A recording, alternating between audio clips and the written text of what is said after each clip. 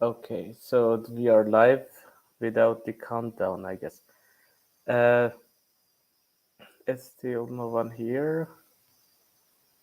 No one's watching.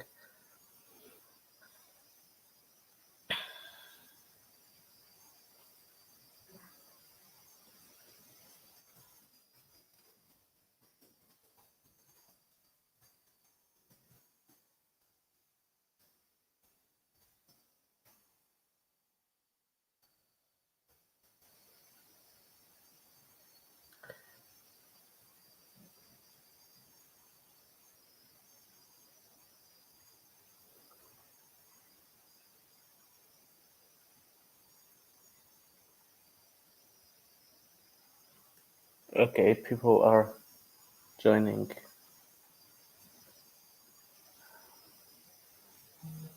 Nice.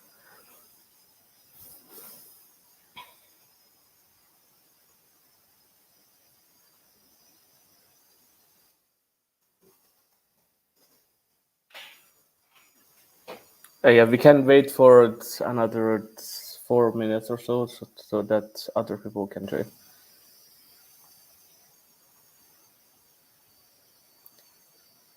In the meantime, the people who have joined already can say where are they from, so we can know our. Hello, Cedric. Hi, Cedric.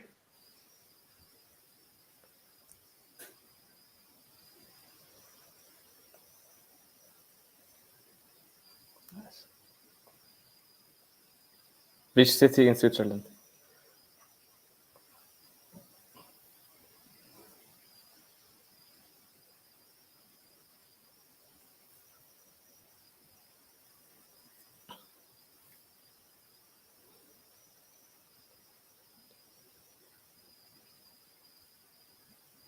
Wow, nice.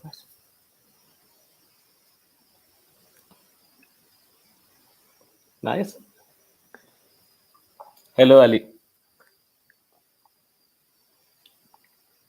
So I think we'll just give it like 3 minutes until 5 past or something like this. Yes. And then, yes. yeah, it's if Good you idea. want.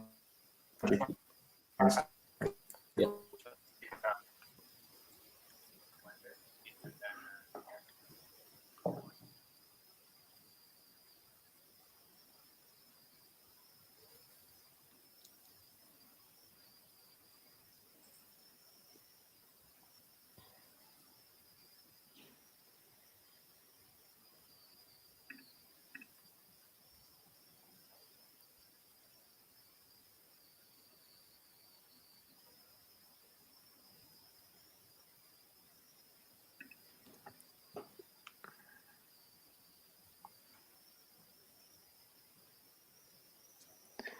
So just a heads up for you guys that are here. At any time, if you have questions, you can just feel free to drop your questions in the YouTube chat.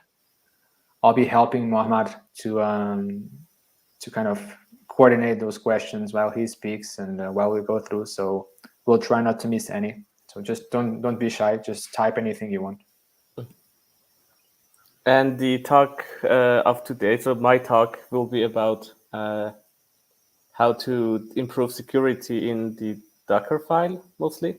So it will be, it won't be much about how to run the Docker images, mostly on how to write a secure Docker file.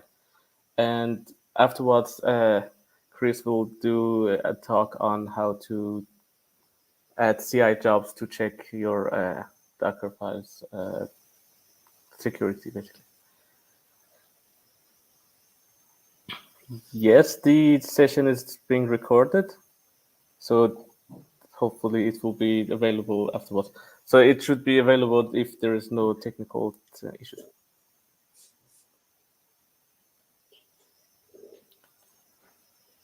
Okay, I guess we can slowly start.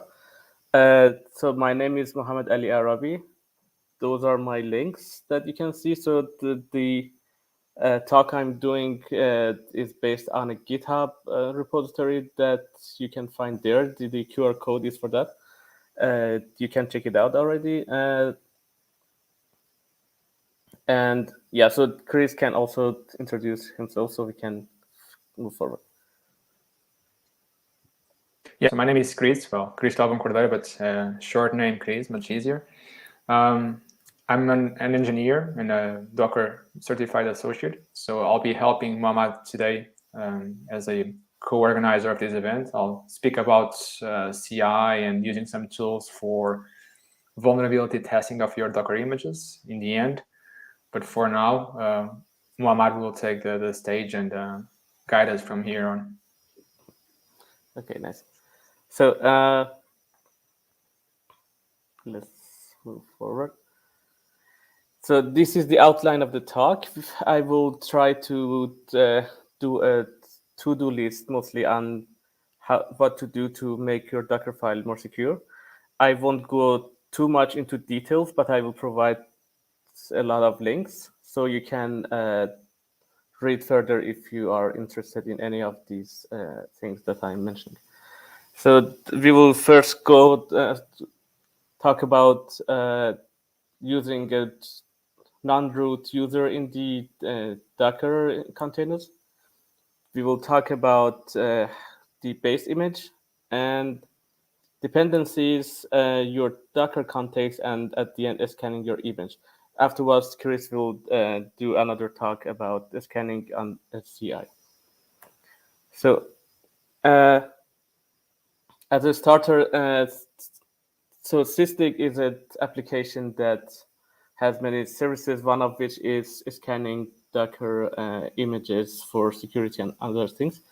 They have published a report in this year saying that almost 60% of the images that they're scanning are running as a root. So most likely the real number is higher because so the images that are being scanned already have taken some measurements to for security, but so it says that mostly any Docker container there is running on root, and the main reason is because running on root is the default, and it's much more convenient. So you can do whatever you like, and yeah, you don't need to be worried about the rights and giving ownership of files to the appropriate user. But that is a security flaw, as your Docker is a service that is running on root, and your container is running on this service. And if the container has root access, then the software running inside can do things to your host that you might not like. So this is something you should take away.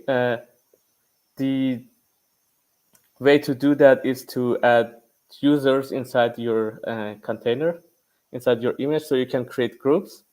You can create users and own your application files, give access to this user to run them. And then at the end, you can specify which user is this container running on. If you, for example, so this is a bit too much. Some of the base images come with the default non-root user. For example, if you do Node.js image with Alpine, then you already have a Node user there that you can use that is a non-root user. So this is this file and this code is available there if you want to scan it. It's on the same Docker repo.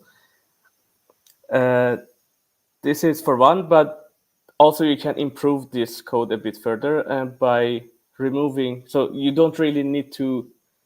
You don't need the executable to be owned by the user. You just need the user to be able to run it. So you can really remove this line that owns the executable, and then so the executable is owned by the root, but is run by the user, the non-root user. So it makes the container somehow immutable. So the user that is running the executable cannot then edit it or modify it.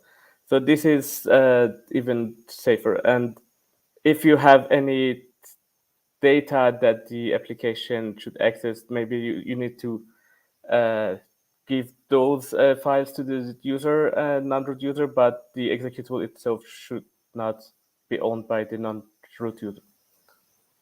That's for it. And then this is something even further. You can run your Docker daemon even as a non-root user.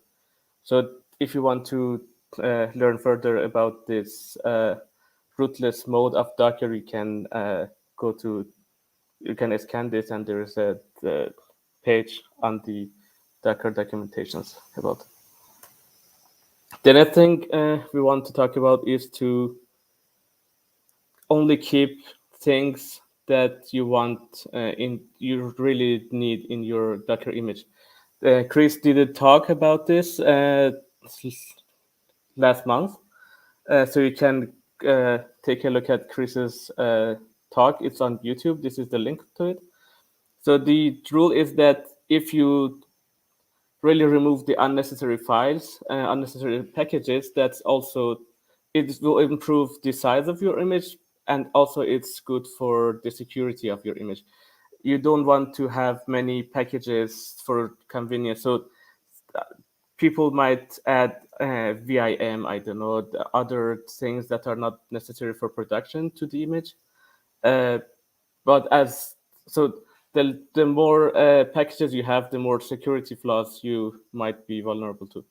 So remove the things you don't really want for production, and preferably if you have just one executable, a binary that doesn't need anything, a C binary or something, you can use multi-stage build processes and just keep that executable in your image, starting from the scratch. So you don't really have a distro in your image. You cannot afterwards install anything. You just have the things that are running on the production.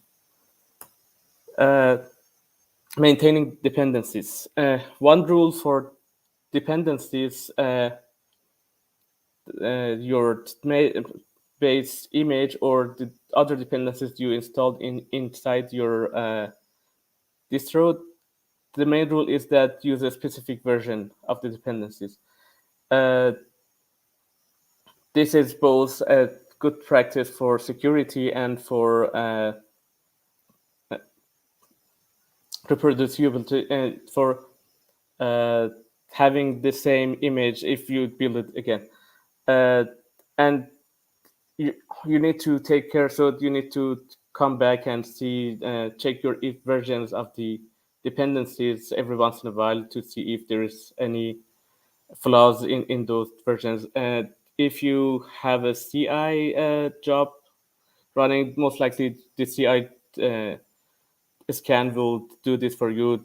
Every time you can run this and see if any of these dependencies need an upgrade or not. So the trust in the Docker content is also another topic in here.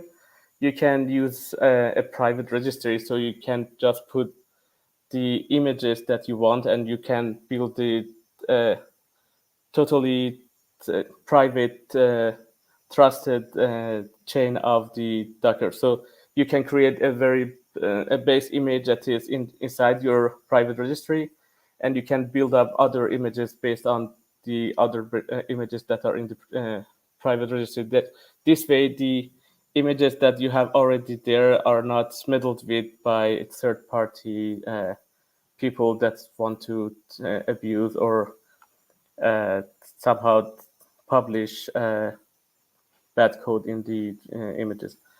You can also, if you want to use Docker Hub, you can also sign images or enforce using signed images. You can, to learn more about this, you can go to this link and read more about how to sign images and how the whole thing works.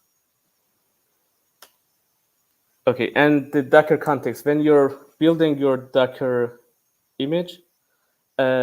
Usually you have a command like the Docker build and dot. So that dot is the context of your build. When you're building this Docker image, the Docker service will have access to all of these files under this directory.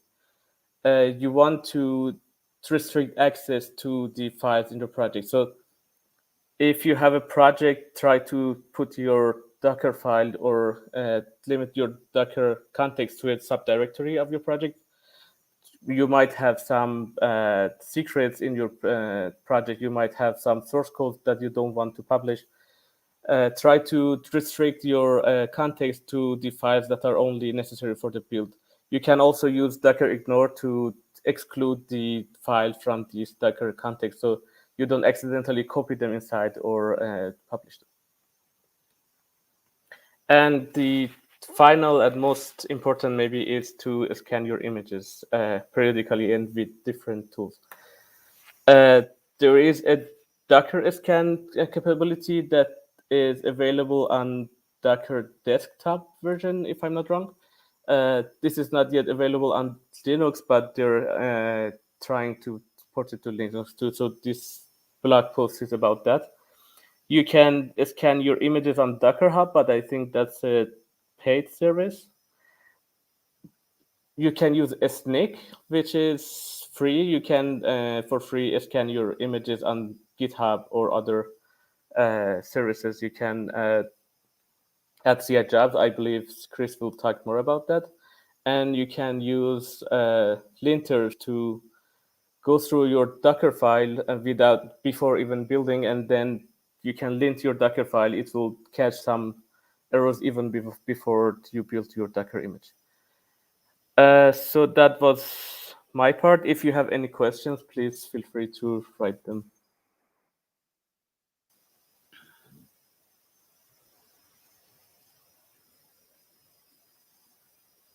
Okay, so only bad quality. Any more questions about the...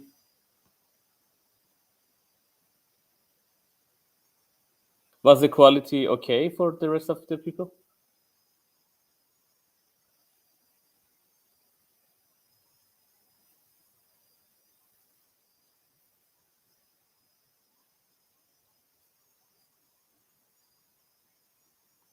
Okay, so it looks like no questions.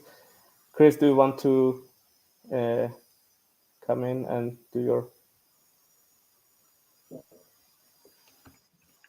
Yeah. Okay, so...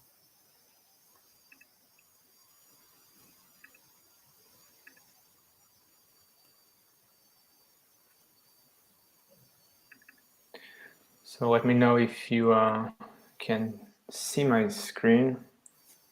You should be able to see it anytime now. Yes. Okay, perfect. So I hope I saw some comments about the quality. I hope you guys were able to fix that. Indeed, you can try to fix the quality directly on YouTube. I think you won't need that much of a big resolution to follow this talk. So anyway, I'll just piggyback on Mohammed's talk. As he said, I'm going to sort of introduce you to, if you don't know already, to some techniques to evaluate and assess the security of your Docker images very early in the process of development. So in the CI part, when you are doing all the tests before you actually release your images and deploy them in production. So here is about how do you do security testing in DevOps, or as lately people have been calling it the DevSecOps. So here, basically, I'm not going to reintroduce myself. You can check my links later on if you want to. I think we have been through this, and you can check our previous talks. But the important part about this talk is about trust. The thing is that as developers, myself, I'm a developer. You guys, I guess some of you are developers as well. We usually take Docker files, we build our instructions, and then we build. Now, there are ways we can look at the trust problem. One of them is that we want to use our own Docker applications. Of course, that's why we are building our Docker images. But the thing is that I would say that most people, and more often than not, people are building their own Docker images from other people's Docker images. So you always have this from instruction in your Docker file, and very few people are actually using the scratch form of building Docker images. So usually we just take something like Alpine or Ubuntu. We take existing images, and sometimes if our application, if our use case is too specific, we might be taking an image which is not official, is not verified. It's someone else built it, and we just trust that person just because sometimes. And even if we do our due diligence and check the base images Docker file to see what's inside, it's tricky to know whether there is malicious software inside. Sometimes there is, but it's not because someone put it there on purpose. It's just a mistake, our mistake, or the maintainer of the base image that did something also by mistake. So it's hard to track all of these. And instead of putting all the burden of assessing whether we are building something critical right at the beginning when we are building the Docker file, another way to ensure trust and to make sure that when we move forward, other users as well that are going to pull our Docker image, that they don't get into this pitfall of not knowing whether to trust us or getting malicious software from our own applications, which is really bad if you are trying to sell your application. One way to be very preemptive about it is to use CI. So in this DevSecOps workflow, this is a very minimalistic, lightweight representation of it. When you are doing the verification and package steps of the pipeline, this is where you can actually assess your image's security. So you have created your code, you have developed, you are ready to test, you have unit tests, functionality tests, end-to-end tests, and then you want to actually do a Docker build and release with a Docker push to some registry. So just before you push your images, this is where you can automate a set of steps that are going to evaluate whether your Docker image is actually vulnerable. What is the attack, the potential attack surface that you are exposing when deploying that image as a container in production? So these kind of considerations are needed, and you can automate all of these tests during your CI. In my case, I'm going to give you an example on how you can do that with GitHub Actions. You can use Jenkins, you can use GitLab CI, the CI, Circle CI, but all of the de facto CI tools nowadays, they support container workflows, so you should be fine. I've chosen GitHub because that's probably the most used version control system out there. And then now they have these new actions functionality, which is actually quite simple to understand. It's you write workflows which are YAML based, and what they are, it's basically, as the name says, it's a workflow that consists of jobs, and each job runs on a dedicated server from GitHub. And each job has a set of steps, sequential steps, top to bottom. The ones you can see on the screen, maybe you have to put it in full screen to see it, is that we are running one job, which is called the build and test image. And there we have a set of steps, some trivial mock steps at the beginning just to bring our image in a couple of cents in terms of security. So all of these runs on a Ubuntu server. You can see that on line 13. That's the runs on. And we are choosing an Ubuntu environment to run our tests on. That's just because it's quite easy to set up. Ubuntu latest already comes with all the tooling we need for these tests. We just need to install one or another tool to make this work, but that's quite simple. You can find a link on the left side, which is in the same GitHub repo that was given to you in the beginning of this session. You will find all of these workflows and files there. So let's say I have an application, which you will find it there on this GitHub repo, which is basically just a Flask web server to display something very silly. I want to make sure that this Docker image, which is based on Alpine, a Python Alpine, is not exposing vulnerabilities, right? So the first thing I'm running on that GitHub Actions workflow is called the Docker CIS benchmark. So the CIS is basically a standard for which Docker have been introduced and has worked a lot to automate a set of steps that can be run as a container. So I'm going to move back to the previous slide just so you see how to run this. So it's the step just before the last one. You run your Docker image as a container, and then you have this long Docker run command with a lot of bind mounts.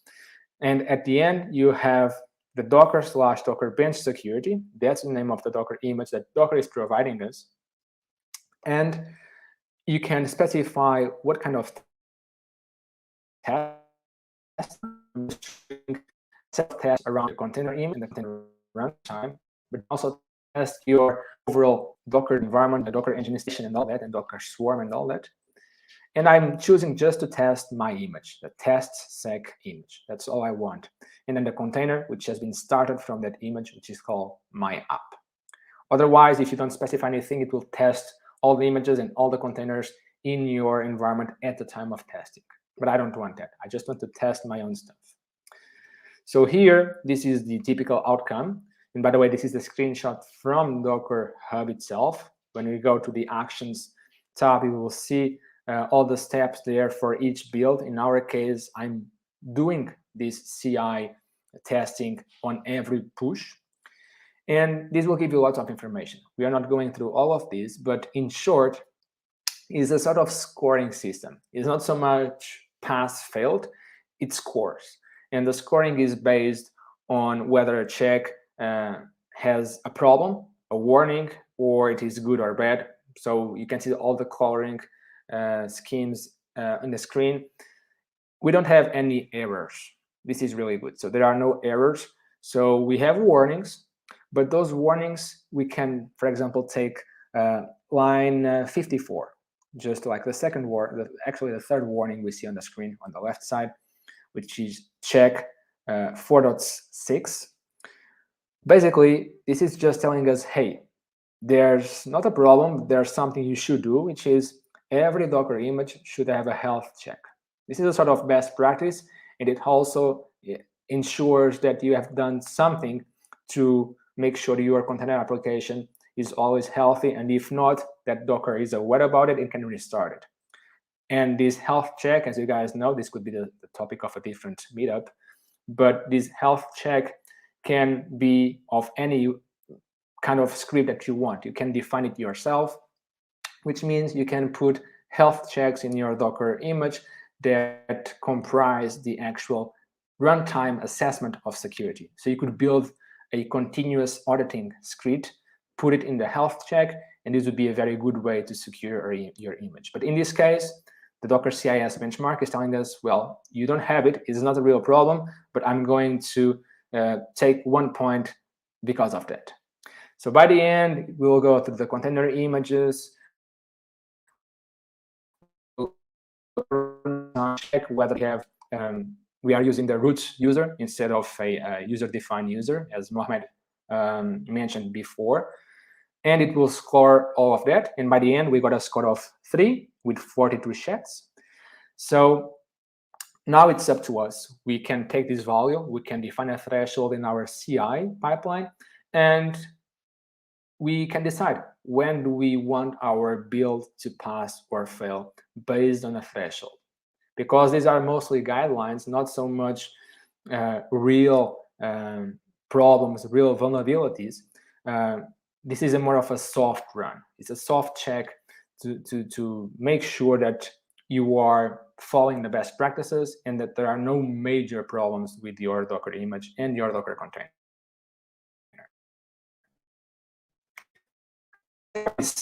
So I'm going to go back to the world again.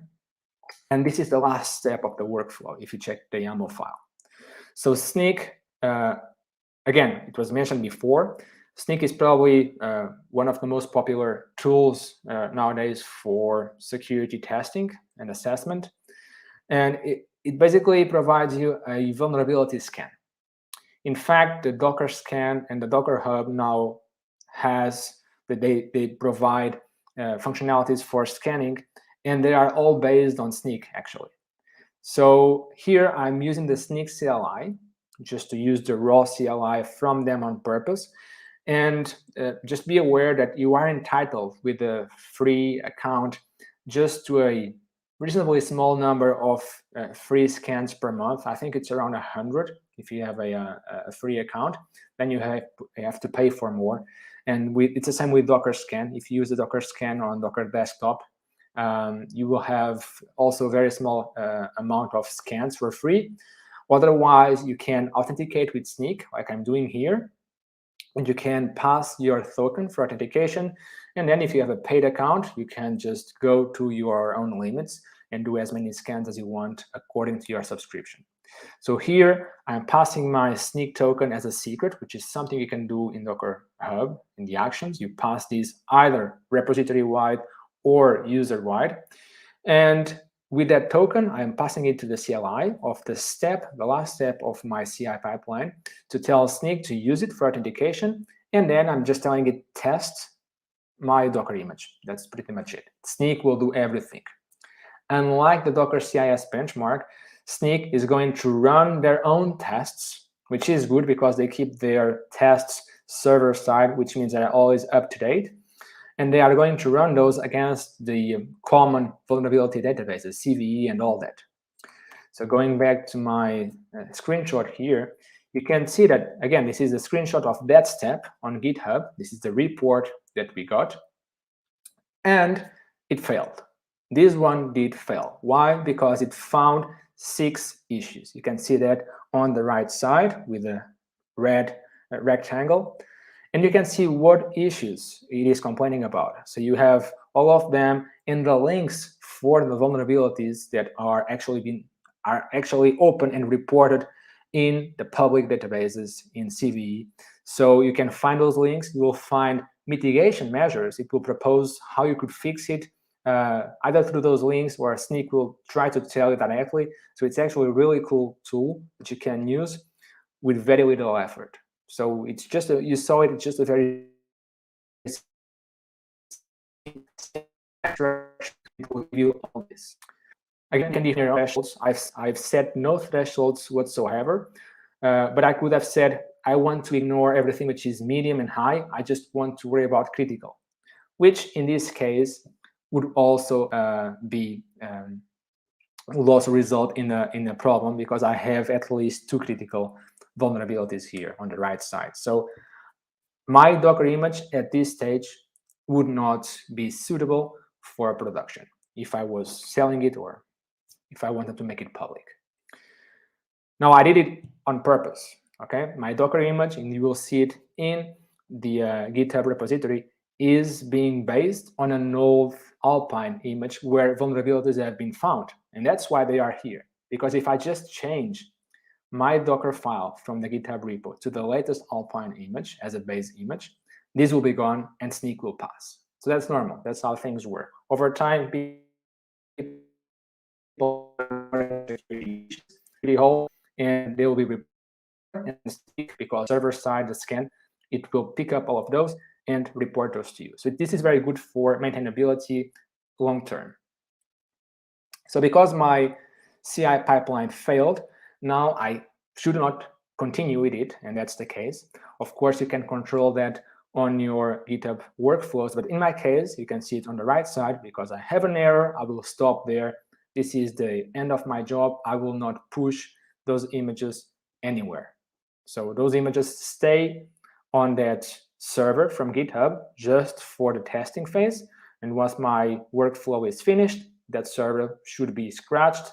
Images are gone. There's no trace of secrets whatsoever. Typical CI workflows. Okay.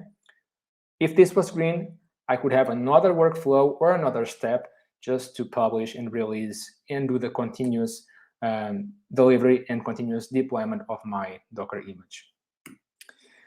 So just to finalize, in this talk, I've given you a few examples of security vulnerability assessment, one with Docker CIS benchmark, another one with 𝗁𝗁. You have others. Again, Docker Scan now is available in the CLI for Docker desktop installations only. And then through Docker Hub, you also had a paid feature that you can choose to have for your repositories directly from the web graphical interface. Then there are two other tools that are also very well known. 𝗁 is one of them. It's also very similar to 𝗁cie, I think that's how you say it, or 𝗁core, I'm not really sure. But those two are very similar. It's also CVE based, I think, but they are open source. That's the most important part, and they are very popular to maintain and to develop. So you could try those as well if you want. They are all container based, so it's not like you have to change your entire environment, but it's something for you to have a look on. And that's pretty much it. I invite you to have a look at the GitHub repository, because you will find the example there. If you want to copy that workflow for your own GitHub repositories, that's the place to start. And I think that's pretty much it. I will check now if there are any questions, and maybe Mohammed, you want to come back into the stream? Yes. So if you still want to see the Docker repo link, that's it. That's the QR code. You can scan it, and we will add it to the description of the YouTube video afterwards. So if you don't have any questions, I guess we will wrap it up. Yeah, let's see. Maybe wait a minute to see if someone's typing. Yes.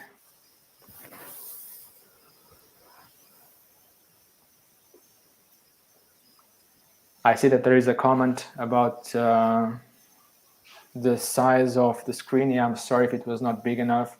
Indeed, it was probably too much text for a slide, but you will find exactly the same thing in the GitHub repository that you have on the screen right now. So if you go there, it's the same content.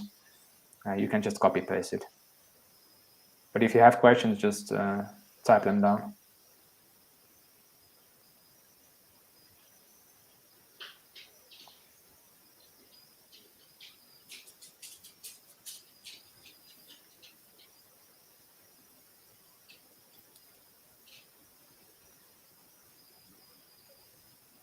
I guess not. I guess that was it. Yes. So thanks for the talk, Chris. I would like to thank the audience, and I wish you a nice evening. Bye. All right. Thank you. Bye-bye, guys. Thank you for attending.